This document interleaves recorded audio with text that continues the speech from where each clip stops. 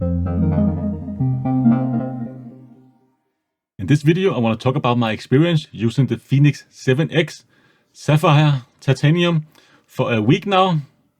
And actually it's been a week and a day, so 8 days as of recording this video. So it's been on my wrist 24/7 throughout the whole week, or throughout the 8 days. And this is my experience using this watch here. So first off, I'm coming from a Tactics Delta Solar Edition, which was a fantastic watch. I really liked it, especially the design. But it was a little too heavy for me when I did the longer run. So I was kind of curious to try out a X version again, or a bigger version of Fenix watches, and see if it's actually better to wear something like this, because this is the Sapphire version. So it has the titanium bezel and the titanium back, around 10 grams lighter than my Tactics Delta. And I must say I have noticed that quite a bit. It's also thinner on my wrist, so it doesn't stick out as much and doesn't have as much wobble on my wrist. So if you're coming from a heavy, like stainless steel Fenix 6X or the Tactics Delta, and you have noticed the weight a little bit when you're actually out running, doing intervals and longer runs, I feel like this one is a definite upgrade. I've had a few issues, minor issues with the watch. And first off, let's just talk about that. The heart rate sensor here, which of course is the Elevate 4 heart rate sensor. For some reason, I've just got inconsistent result with this one here. Like I said, I've had it on my left wrist. Maybe I have worn it a little too low on my wrist, because it is winter time right now, so I'm running with long sleeves, of course, and it's a little bit annoying if I have the watch higher up on my wrist if I want to, peek at the watch. Maybe I've been wearing it a little bit lower than I usually do, but for instance, the run I did a few days ago, on my right I had the Epix, and on my left here I have the Tactics Delta, and you can just see the heart rate there. The average heart rate is pretty accurate, but the maximum heart rate is quite a bit off. I did a little bit of a sprint there in the end. My Epix recorded that just fine, but Tactics Delta just did not. But also when you get into the heart rate zones here, you can see the Epix, which is, in my opinion, the most accurate one of the two here, at least according to this run here. It was generally about 4 beats or so lower than my Tactics Delta. But you see, it doesn't really agree with each other. Both of them have exactly the same sensor. I've been wearing the Epix on my right wrist, and of course the 7X on my left wrist. So that's the only real difference. And you can see here they are not really agreeing with kind of the heart rate zones I've been in. So 67% of the time I've been in an aerobic zone on my Epix, only 56% of the time, so like 11% less time my 7X said that I have been in the aerobic zone. So I believe this is quite a bit off. It's definitely not as accurate on my wrist, at least compared to my Tactics Delta or my Forerunner 945 LTE or my Venue 2. Again, this was the worst result I could find, but in general, when I've been out running with one on each wrist, I always had my Epix on my right wrist. The Epix generally have been between 1 and 4 beats lower than my Fenix 7X. So the 7X, to me at least, seemed to be measuring my heart rate just a little too much, or a little too high, at least if you compare it to the Epix. And I believe the Epix is definitely the one that is more accurate in this case here. So I'm not really sure if this is a firmware issue, or like I said, maybe I'm not wearing the watch in the correct position, or I'm not wearing it tight enough around my wrist. Definitely feel it is tight enough. Don't really feel like I'm carrying this different than I did with my Tactics Delta, and I never got that high inconsistency with my Tactics Delta or any other Garmin watch. So that's a little bit of an annoyance. And also the other day I was out doing splits, so I just used the daily suggestion on the watch here, doing 7 splits with 3 minutes rest in between. And for some reason the split counter just got stuck on this watch. Also, when I actually went into the activity and tried to acquire GPS lockdown, my Epix, within a few seconds, it was locked onto the satellite, and the Epix has just been a little bit hair faster than my 7X. Not really much, not even a second maybe, but just a little bit faster. But it just continued to not be able to acquire GPS. But I don't believe it didn't acquire GPS. I believe it was locked onto GPS, but the screen just didn't update. So I noticed that throughout my whole run, I had to go between data screens, to go down, to go back up, to get the screen to actually update throughout that run. I've only had that happening for me for that one run. I've done intervals before with this watch here. I'm not really sure that's the watch fault really, because I also went out and bought a chest strap, and that's the first time I used this chest strap, was the other day when I had the issues on this watch here. So when you add this chest strap to the chest, of course, automatically you get all kind of running dynamic screens. So I had like 2 or 3 screens automatically added to my running session. Maybe that was the reason, because yeah, first time wearing the heart rate sensor. I'm not really sure, but I hadn't seen it before or after that. So the inconsistent heart rate, or the slightly higher than normal heart rate measurement I get for this watch here, and also the data screen that would kind of lock or not update on my previous run, is probably the biggest issue I have to this watch. But there's also been another annoyance, and that's regards to the compass. For some reason it was just completely off the other day, or a few days ago. I tried to then go in here and calibrate the compass, and you know, you need to do the kind of figure of 8, and I did this like over and over again, kind of like I'm doing now, and it just wouldn't calibrate. So I rebooted the watch, tried to calibrate it again, and then it worked, and then the GPS was, or excuse me, the compass was accurate. But before that, the compass would be pretty much opposite at normal. So north would be south, south would be north, not quite, but pretty close. And I've kind of noticed if I bring my iPhone 13 Pro Max next to the phone here, excuse me, next to the watch here, you can see it is kind of screwing up the compass on the Fenix 7X for some reason. So the Fenix 7X seemed to be a little more vulnerable to like interference from devices around it compared to other watches, because I was using my Epics as reference and also my iPhone. Those compasses were just fine. I have had no issues with that on either of those devices.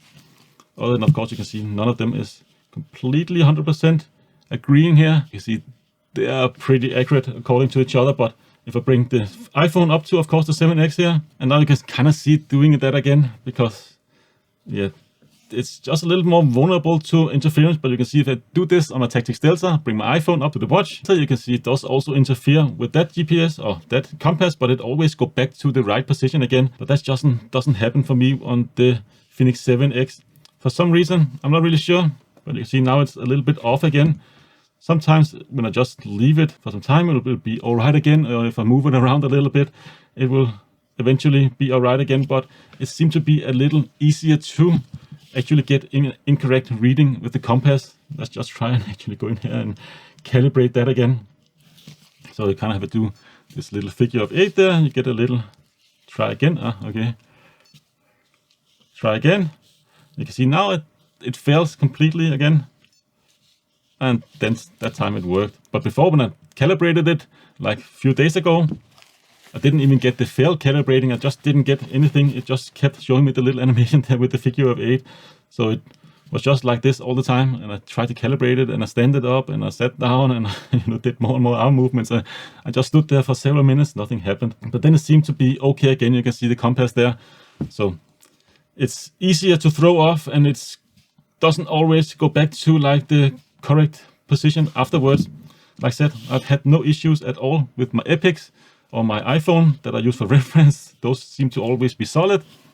And I noticed that when I went into map one day, and the map was just totally opposite direction of where I was actually pointing. So yeah, that's a minor issue. I hope this is just a software issue. Maybe the issue is the flashlight. Maybe it's not shielded properly behind the flashlight here, so it's easier to interfere with the compass on this watch.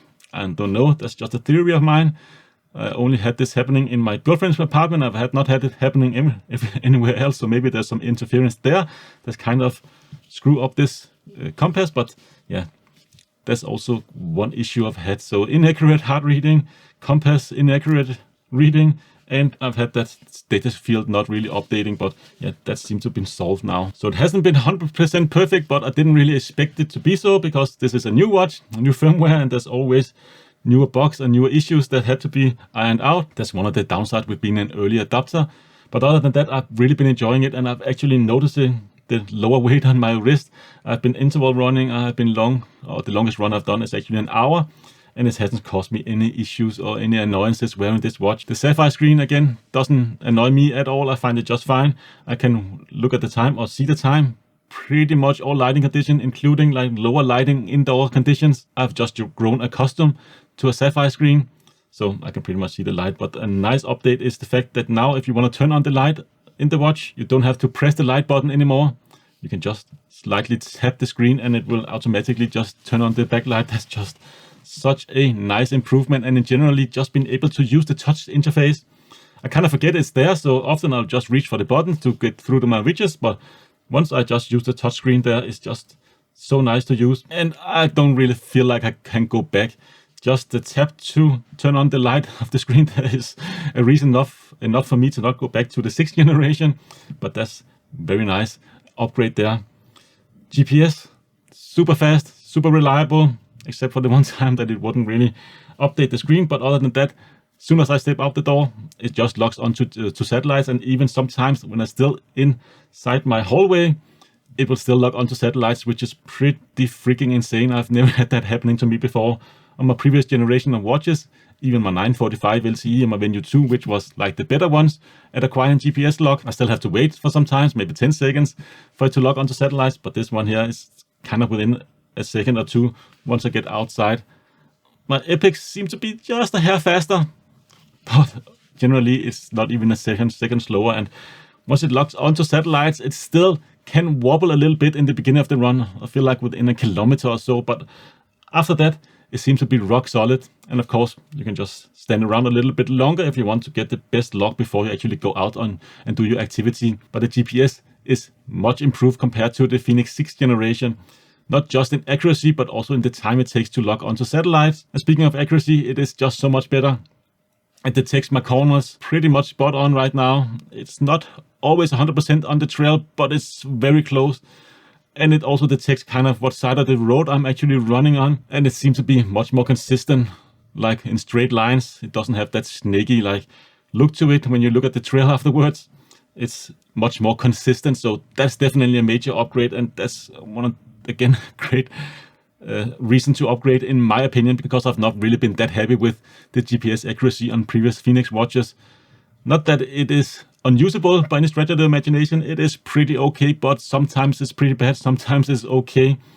But the major issue is when you want to go out and run and you have to wait quite a long time to actually lock onto satellites.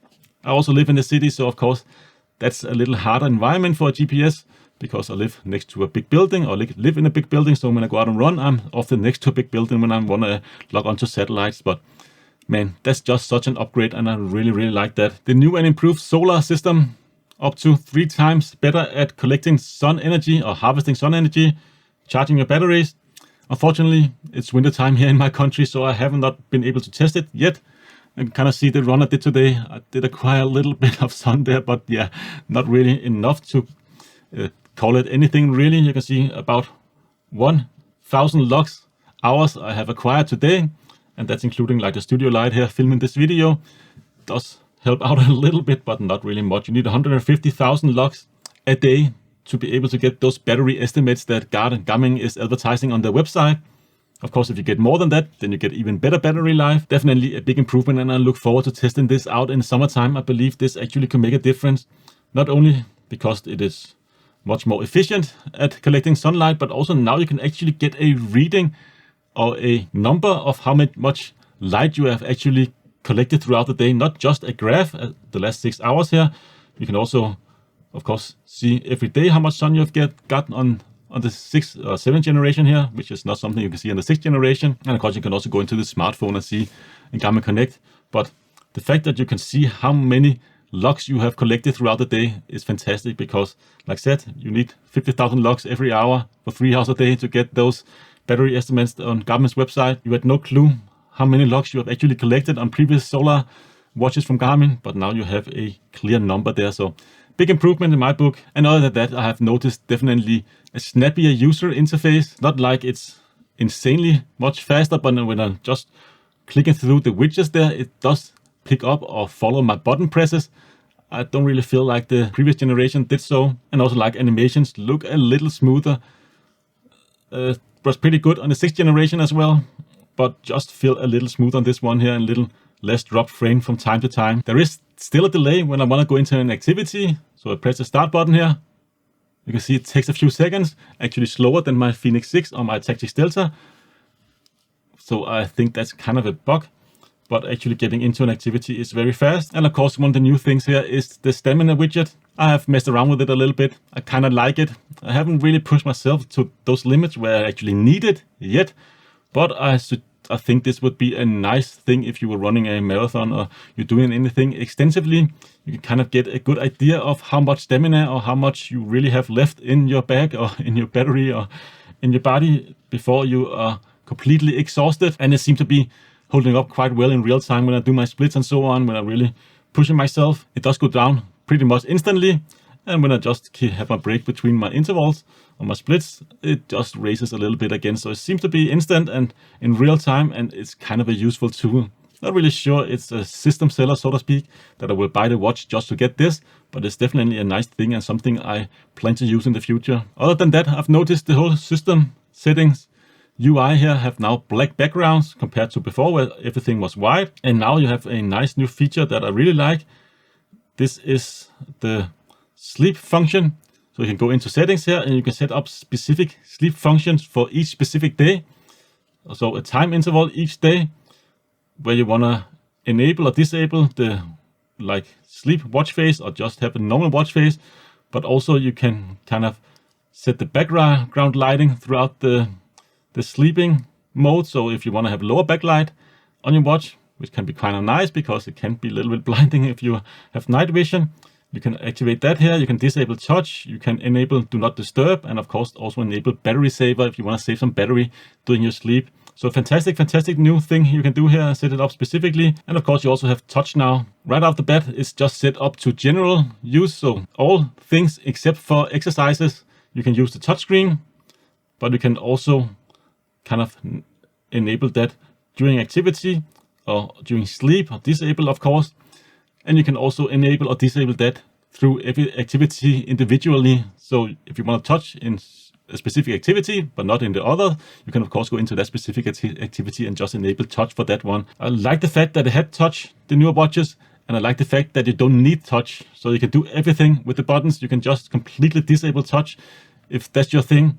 The standard shortcut to do so is start button and down button. Hold those two things, or hold the two buttons in a few seconds. You can see there, touch disabled, and you can just do it again if you want to enable touch. And you can do that within your activity as well. So if you want to navigate the map during a run or so, you just hold down and start button, and you will just enable touch, navigate the map, and you can just disable touch again when you're actually going forward with your run or your hike or whatever kind of activity you are in. And of course, one nice feature with the 7X, and exclusively on the 7X, is the flashlight. Double tap the light button there and it will turn on to the last state you left it on. Double tap again, turn it off. And you can also get into more advanced features here with your little control center.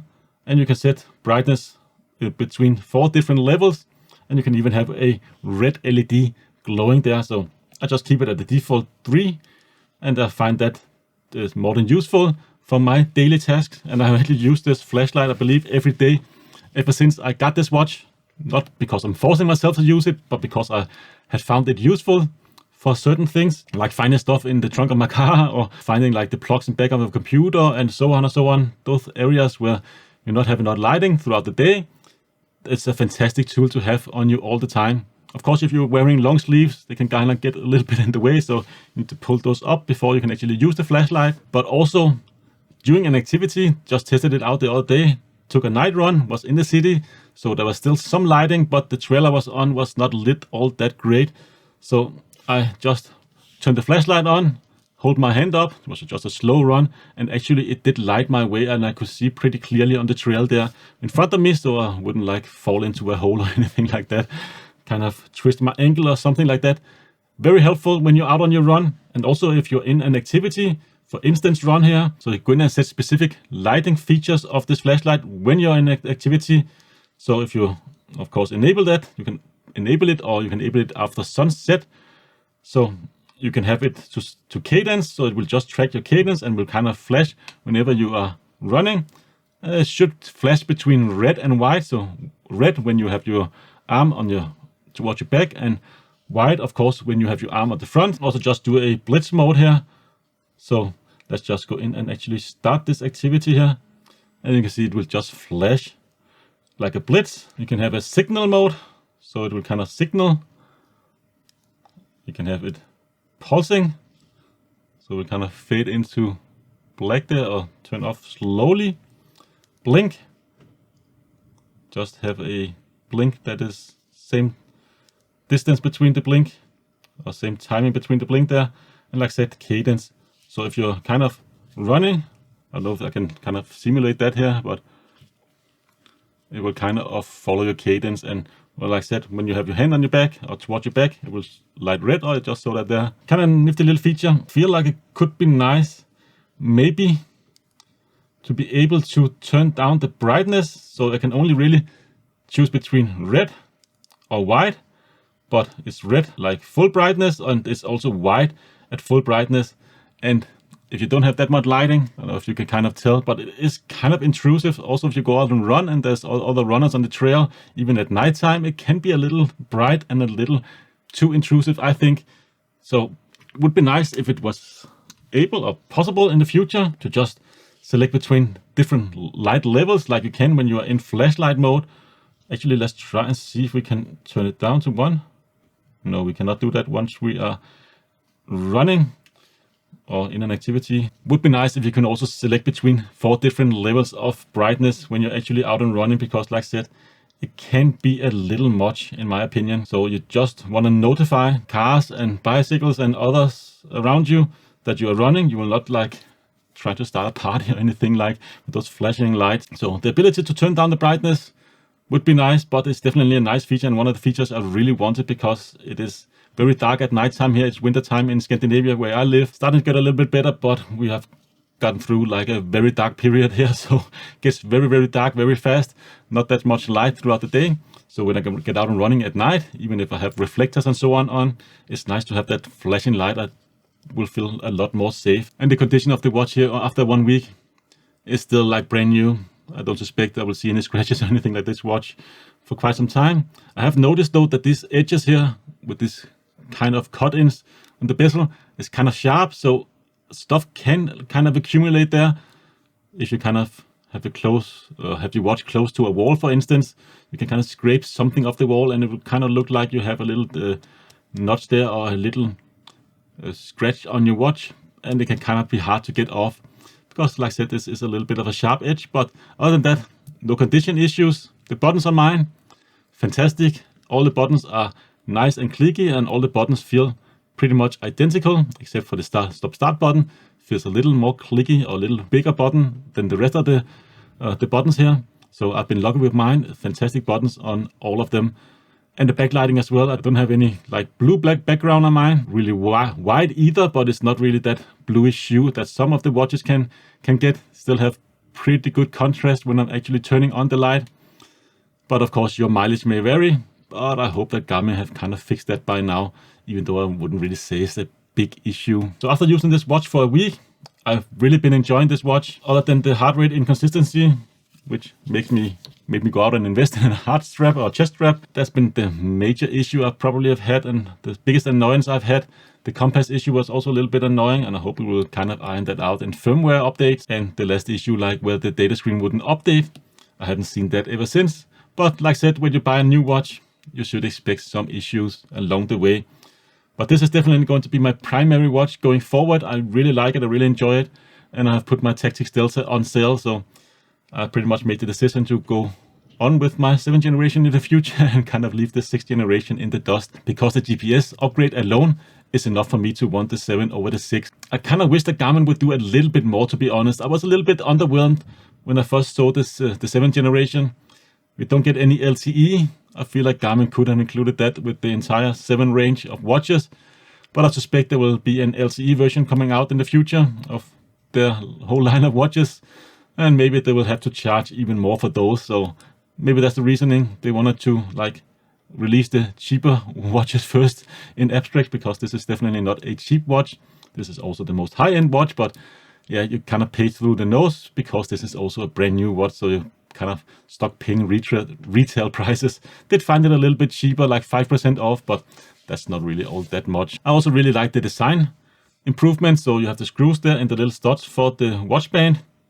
But one maybe downside for a lot of people is that the little splits here for the watch band is no longer removable, to my knowledge at least, without damaging the watch splits. I believe you can probably attach new ones because there is some kind of spring in there or movement in there, but you cannot remove the splits without I suspect you have to cut the splits in half and then just mount some new ones, which is kind of a downgrade for people who are using watch bands where you actually have to remove the splits of the watch.